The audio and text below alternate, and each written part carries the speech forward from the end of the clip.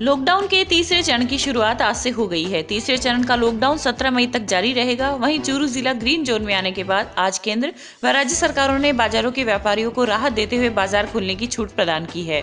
हालांकि जिले भर में बाजारों के खुलने का समय अलग अलग तय किया गया है। वहीं चूरू के मुख्य बाजार में आज व्यापारियों में असमंजस की स्थिति देखी गई। प्रशासन द्वारा जारी आदेश के अनुसार 20 फुट से कम रास्ते पर स्थित प्रतिष्ठान 3 दिन दाएं व 3 दिन बाएं तरफ की खोले जाएंगे व रविवार का अवकाश रहेगा।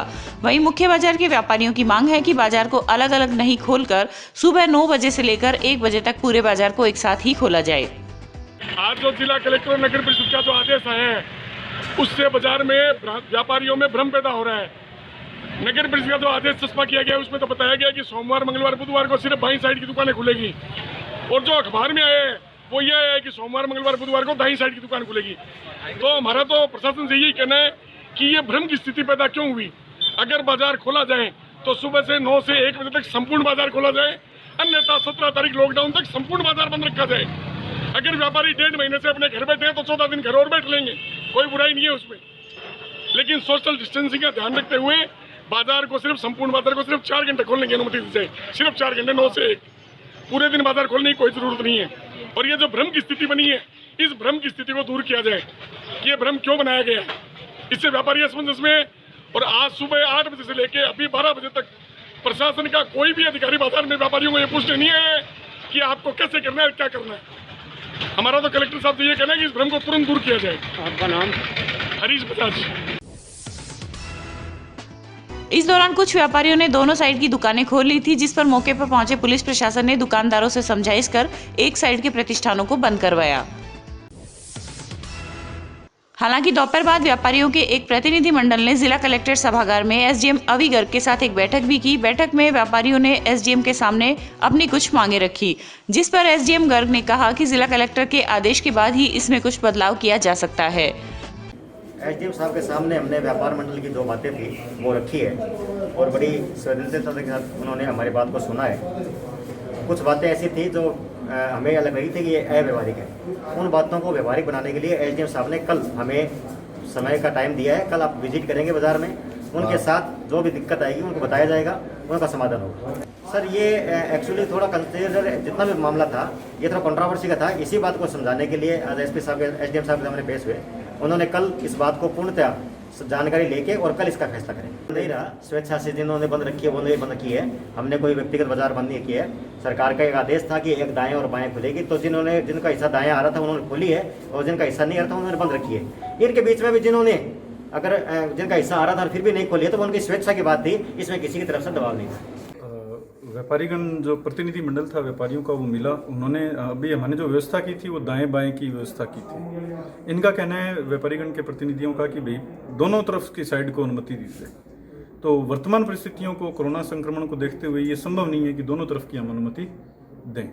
अभी लॉकडाउन जो है वो 17 तारीख तक बढ़ गया है, तो एक बार जैसा अभी श्रीमान जिला कलेक्टर महोदय के आदेश होंगे उसके अनुसार हम व्यवस्थाएं कर रहे हैं और व्यवस्थाएं देख रहे हैं। तो बाकी इन्होंने जो सुझाव दिए हैं उस सुझाव को मैं अभी कलेक्टर साहब के सामने रख दूंगा, और जो बात होगी उनका वो स्पष्टीकरण प्रस्तुत कर देंगे। जो जिला कलेक्टर संदेश नायक व पुलिस अधीक्षक तेजस्विनी गौतम ने आज पूरे अमले के साथ शाम को शहर का दौरा कर व्यवस्थाओं का जायजा लिया। इस दौरान जिला कलेक्टर ने कहा कि छूट के दौरान शाम 6 बजे तक बाजार बंद हो जाने चाहिए।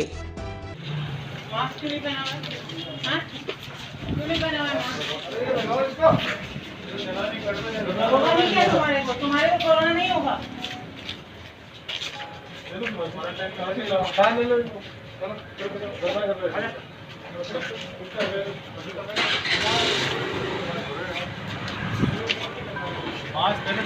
जो आज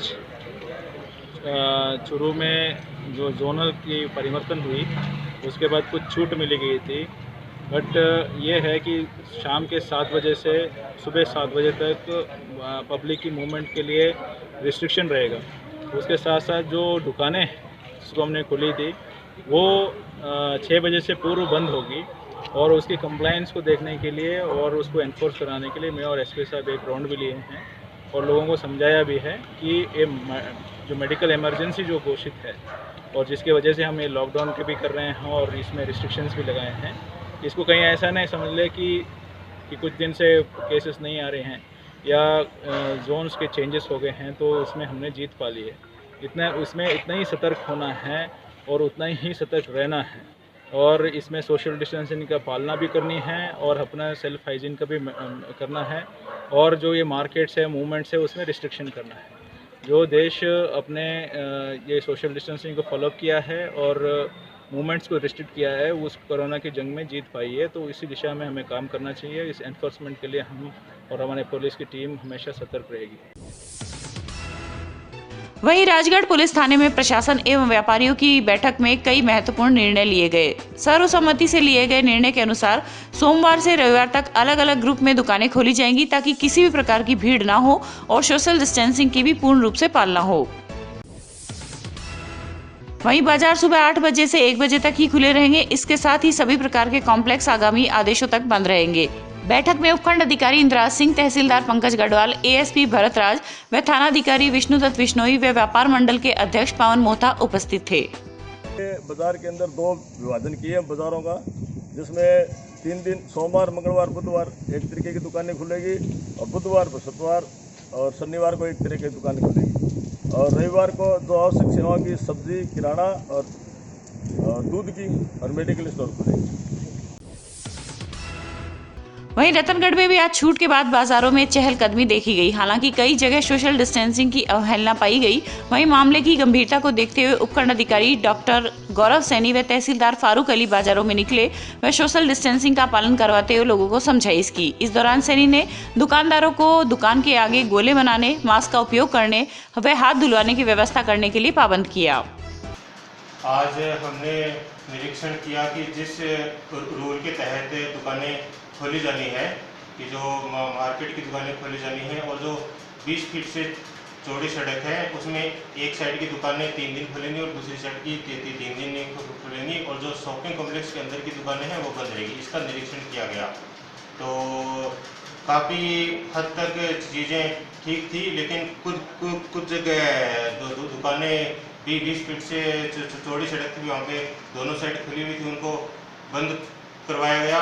काफ़ी जगह मास्क वगैरह मैक्सिमम जगह पे लोगों ने लगा रखे थे, कुछ जगह नहीं लगा रखा था, तो उनको इस चीज़ के लिए पाबंद किया गया। सैनिटाइजेशन की व्यवस्था के लिए भी सभी दुकानदारों को पाबंद किया गया। वैश्विक महामारी कोरोना संकट के बीच उपखंड नेता प्रतिपक्ष राजेंद्र राठौड़ ने मुख्यमंत्री अशोक गहलोत को विश्वास दिलाया है कि इस महामारी से राजस्थान को बचाने के लिए हम सब उनके साथ हैं। लेकिन साथ ही बाहरी राज्यों में फंसे राजस्थान के लोगों की घर वापसी को लेकर भी राठौड़ ने गहलोत से कुछ सवाल पूछे हैं। राजस्थान के मुख्यमंत्री जी कई दिनों से बयान दे रहे हैं।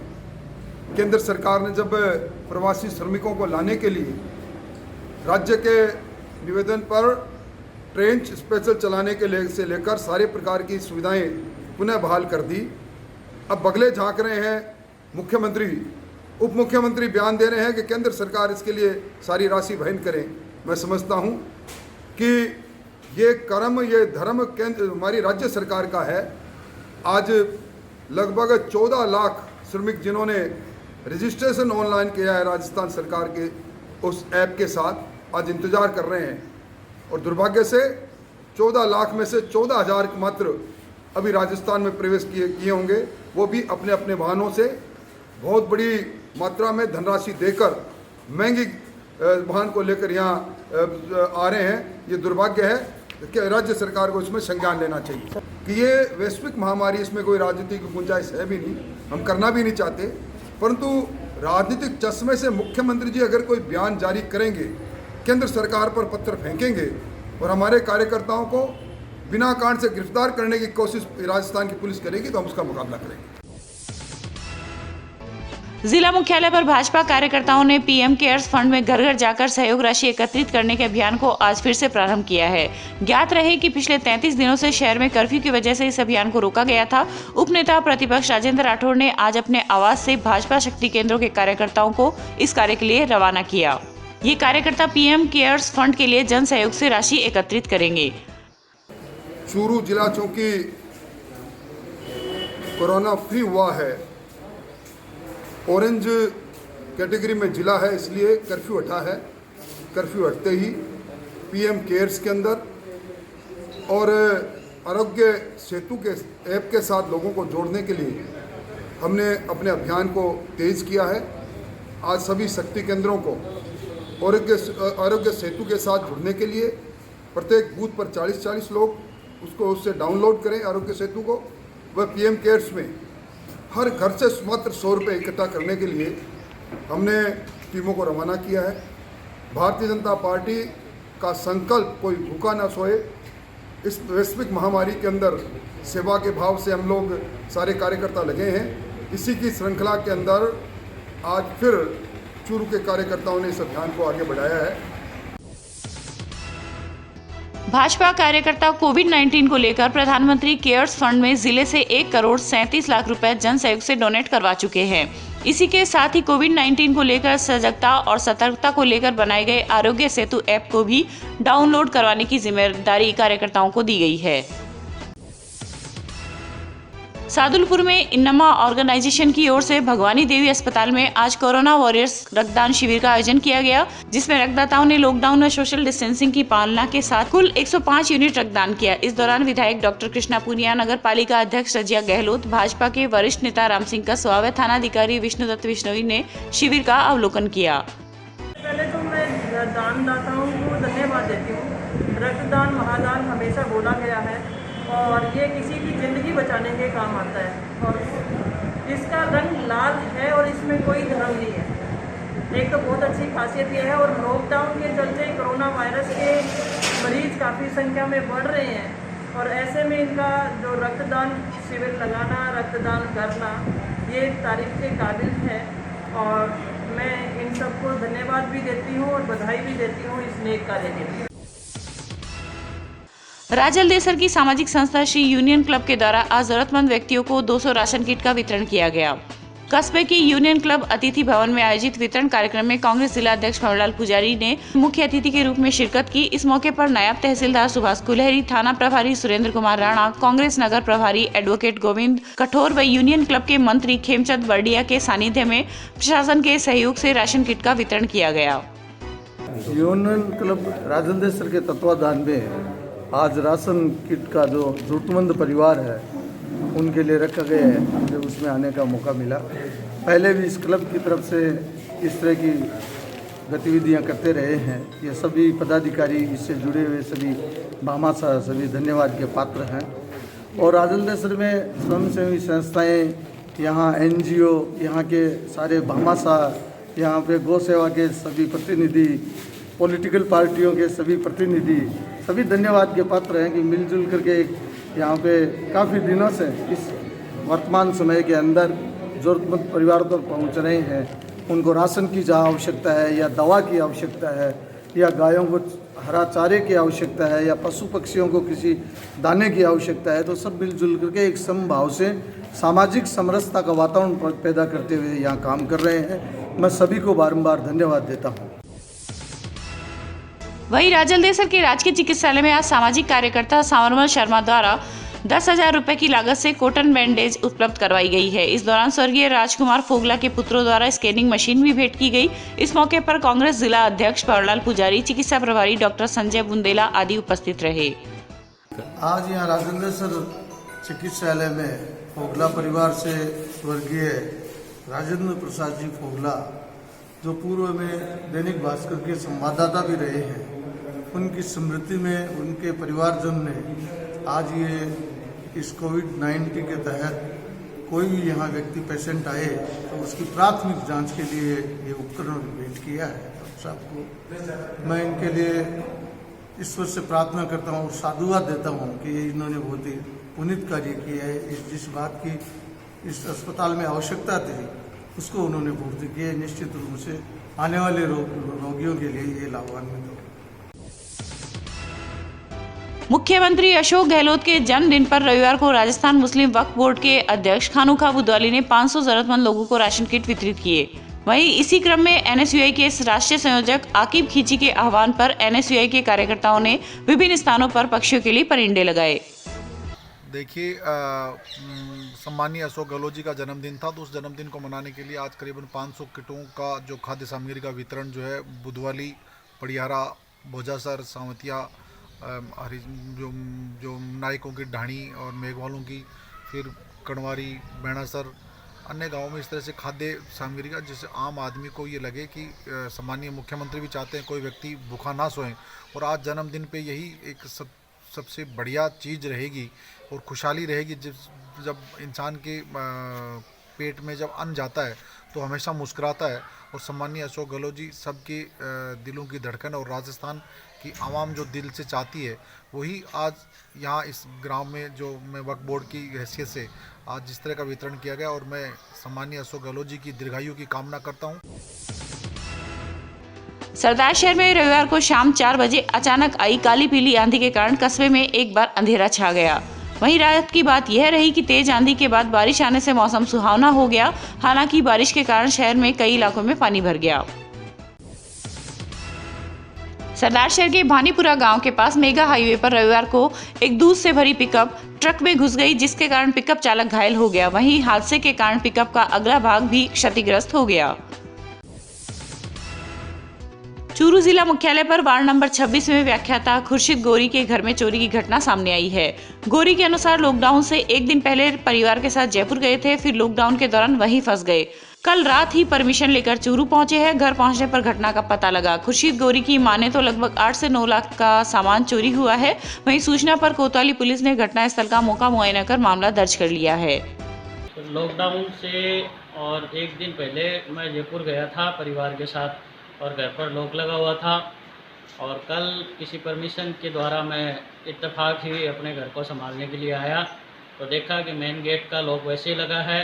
सीढ़ियों के रास्ते किसी ने आकर और मकान के सारे ताले तोड़े हैं, सारी अलमारियां वगैरह सब कुछ तोड़कर, और तकरीबन 8 लाख रुपए का जो है गहना और कुछ नकदी, तकरीबन 90,000 रुपये नकदी और 100 ग्राम के आसपास गोल्ड और 3-3.5 किलो के आसपास की चांदी, ये सब सामान चोरी हुआ है। तारानगर तहसील के गांव बाय में स्थित राजकीय उच्च माध्यमिक विद्यालय में क्वारंटाइन सेंटर बनाया गया है। वहीं इस सेंटर में क्वारंटाइन युवाओं ने एक नई पहल करते हुए विद्यालय में साफ सफाई के साथ ही युवाओं ने पूरे स्कूल में रंग रोगन करने का भी फैसला किया है। जयपुर में काम कर रहे थे, लेकिन लॉकडाउन की वजह से वहाँ का काम उनका ठप हो गया। तो ये हमारी शहर के अंदर कल आए और हमारे गांव के ये युवा रक्षा दल है, सामाजिक कार्यकर्ता हैं, लीलाधर जी जोशी है, सत्यनारायण जी मित्तल है, दिलीप सिंह जी राठौड़ है। इन्होंने क्या है, इनसे निवेदन किया कि आप इस विद्यालय के अंदर आए हो, यहीं से अध्ययन करके गए और आप वापस इस महामारी में दोबारा आपको इस विद्यालय में आने के लिए बाध्य होना पड़ा, स्वास्थ्य की वजह से अपने को सचेत होने के लिए। तो इन युवाओं ने मिलकर ये निर्णय लिया कि क्यों ना हम 14 दिन में इस विद्यालय में हम अपना कार्य करें। तो गांव के युवा रक्षा दल के द्वारा यहाँ आज बहुत ही सुंदर साफ सफाई और रंग रोगन की व्यवस्था है वो आज से सुचारू की जा रही है। और लगभग 5 दिन के बाद में ये विद्यालय है वो बहुत ही साफ सुथरा और चमक। संकट के इस समय कोई भी व्यक्ति भूखा ना रहे, इसी के तहत चूरू शहर के अमन ट्रस्ट के कार्यकर्ता जरूरतमंद व्यक्तियों तक खाद्य सामग्री समय समय पर उपलब्ध करवा रहे हैं। साथ ही ट्रस्ट के द्वारा आम लोगों से अपील भी की जा रही है कि आप घर में रहें। सादुलपुर के हमीरवास थाना अंतर्गत एक युवक की हत्या कर गांव भैंसली व नवा के बीच रास्ते पर शव को फेंककर अज्ञात आरोपी फरार हो गए। घटना की सूचना हमीरवास पुलिस को मिलने पर पुलिस मौके पर पहुंची व घटनास्थल का मौका निरीक्षण किया। थाना अधिकारी तेजवंत सिंह ने घटना पर मिले सबूत के आधार पर मृतक की शिनाख्त दूधवा खारा थाना अंतर्गत गांव लादड़िया निवासी के रूप में हुई है। ये ओम प्रकाश नाम का युवक जो कि लादड़िया पीएस दूधवा खारा का रहने वाला है। पहले पिछले साल 2019 के अंदर एक 38 नंबर मुकदमा हुआ था दूधवा खारा में, जिसमें कि ओम प्रकाश द्वारा सुरेश की पत्नी प्रियंका को ले जाने का आरोप था। फिर प्रियंका द्वारा लिव इन रिलेशन में ओम प्रकाश के साथ ही रहने की सहमति दर्ज की। उसके बाद वो ओम प्रकाश के साथ ही रह रही थी। तो इस बात को लेके प्रियंका के पियर पक्ष और ससुराल पक्ष के रंजिश रखते थे। उसी रंजिश के चलते ही इस युवक की हत्या की गई है। सरदार शहर मुख्य ब्लॉक शिक्षा अधिकारी कार्यालय में आज समाज सेवी रावतमल सैनी परिवार की ओर से गर्मियों की तपन में पक्षियों के लिए परिंदे लगाए गए व परिसर में वृक्षारोपण कार्य का शुभारंभ किया गया। इस मौके पर जिला शिक्षा अधिकारी मुख्यालय माध्यमिक संपत राम बारूपाल ने कहा कि सैनी परिवार की ओर से परिंदा अभियान व वृक्षारोपण एक पुनीत कार्य है। चूरू पुलिस एवं फिल्म स्थान द्वारा जारी ऑनलाइन सेशन श्रृंखला में एक और नवाचार किया गया है, जिसके तहत जेनिथ डांस ट्रूप द्वारा 7 दिन की ऑनलाइन डांस वर्कशॉप प्रारंभ की गई है। इस पर चूरू पुलिस अधीक्षक तेजस्विनी गौतम ने कहा कि इसके माध्यम से शहर के युवा बॉलीवुड डांस फॉर्म सीख सकते हैं। लाइव डांस वर्कशॉप 4 मई से 10 मई तक रोजाना दोपहर 2 बजे से चूरू पुलिस के फेसबुक पेज पर प्रसारित की जाएगी। जय हिंद साथियों, चूरू पुलिस अपने ऑफिशियल फेसबुक और अदर सोशल मीडिया हैंडल्स के माध्यम से आप तक लगातार पहुंचने की जो कवायद कर रही है, उसमें आप सबका बहुत बढ़ चढ़कर हमको साथ मिल रहा है। इसी कड़ी में आप सबसे आज एक और बात शेयर करना चाहती हूँ। Expert dance group Zenith dance troupe, जिसको सूरज कटोच जी चलाते हैं, उनकी और उनकी टीम के द्वारा चूरू पुलिस के ऑफिशियल फेसबुक पेज पर रोजाना 7 दिन के लिए एक वर्कशॉप ली जाएगी। 4 मई से लेकर अगले 7 दिन तक आपको ये वर्कशॉप दी जाएगी। इस वर्कशॉप में आपको नए नए फॉर्म्स ऑफ डांस के ऊपर, लाइव स्टेप्स के ऊपर आपको सिखाए जाएंगे, जो दोपहर 2 बजे से आप चूरू पुलिस के लाइव हैंडल पर देख सकते हैं। यदि आप किसी स्पेसिफिक गाने पर डांस इस ट्रूप से सीखना चाहते हैं, तो आप हमें हमारे कमेंट्स में सेक्शन में या फिर हमारे व्हाट्सएप हेल्पलाइन नंबर पर भी वो गाने और वो रिक्वेस्ट भेज सकते हैं। जैसा कि आप सब जानते हैं कि चूरू ग्रीन जोन में आने के बाद 4 मई से लॉकडाउन के तीसरे पड़ाव में, तीसरे वर्जन में हम लोगों के ऊपर कुछ पाबंदियों में छूट दी गई है। वो छूट घर पे बैठे बच्चों के लिए और जो अन्य व्यवसाय में कॉलेज स्टूडेंट्स हैं उनके लिए नहीं है। उनको घर से निकलने की अनुमति या उनको स्कूल्स और कॉलेज जाने की अनुमति अभी राज्य सरकार द्वारा, केंद्र सरकार द्वारा नहीं दी गई है। इस समय में इसका सदुपयोग करें। लाइव सेशंस देकर वर्कशॉप के द्वारा डांस के अलग अलग मूव सिखाए जा रहे हैं, उसका यूज लें और इससे कुछ कंस्ट्रक्टिव लेकर जाएं। इसके साथ साथ मैं आपको ये भी बताना चाहती हूँ कि लॉकडाउन के इस तीसरे पड़ाव में जो चूरू पुलिस द्वारा ऑनलाइन लॉकडाउन कॉन्टेस्ट की शुरुआत जो 12 अप्रैल से की गई थी, उसकी एंट्रीज को भेजने की अंतिम तिथि को भी बढ़ा दिया गया है। लॉकडाउन 17 मई तक कर दिया गया है, इसीलिए एंट्रीज को भी आप 17 मई तक हमारे ऑफिशियल चैनल्स पे जैसे कि पहले की तरह भेज सकते हैं। मुझे उम्मीद है कि आप सब लोग इसमें बढ़ चढ़कर हिस्सा लेंगे। जय हिंद, जय भारत। हेलो चूरू, मेरा नाम है नम्रता मल्ला। माय नेम इज सोनम और मेरा नाम है शौकी और मैं हूँ गीता। चूरू पुलिस एवं फिल्म स्थान द्वारा जारी ऑनलाइन सेशन सीरीज में हम जेनिथ डांस कंपनी लेकर आ रहे हैं आप लोग के लिए 7 दिन की डांस वर्कशॉप, जो स्टार्ट होने वाली है 4 मई से 10 मई तक रोज दोपहर 2 बजे चूरू पुलिस के फेसबुक पेज पर। और इस वर्कशॉप में हम आपको सिखाएंगे बॉलीवुड डांस फॉर्म और आपको किस सॉन्ग पे डांस सीखना है, हम उस सॉन्ग की लिस्ट आपसे शेयर कर रहे हैं। और उस लिस्ट में से आप कोई भी सॉन्ग पसंद करके चूरू पुलिस फेसबुक पेज पर या नीचे दिए गए नंबर पर व्हाट्सएप करके अपनी सॉन्ग रिक्वेस्ट भेज सकते हैं। अपना ध्यान रखें, कहीं भी घर से बाहर ना जाएं और विश्वास रखें, ये वक्त भी गुजर जाएगा। Thank you.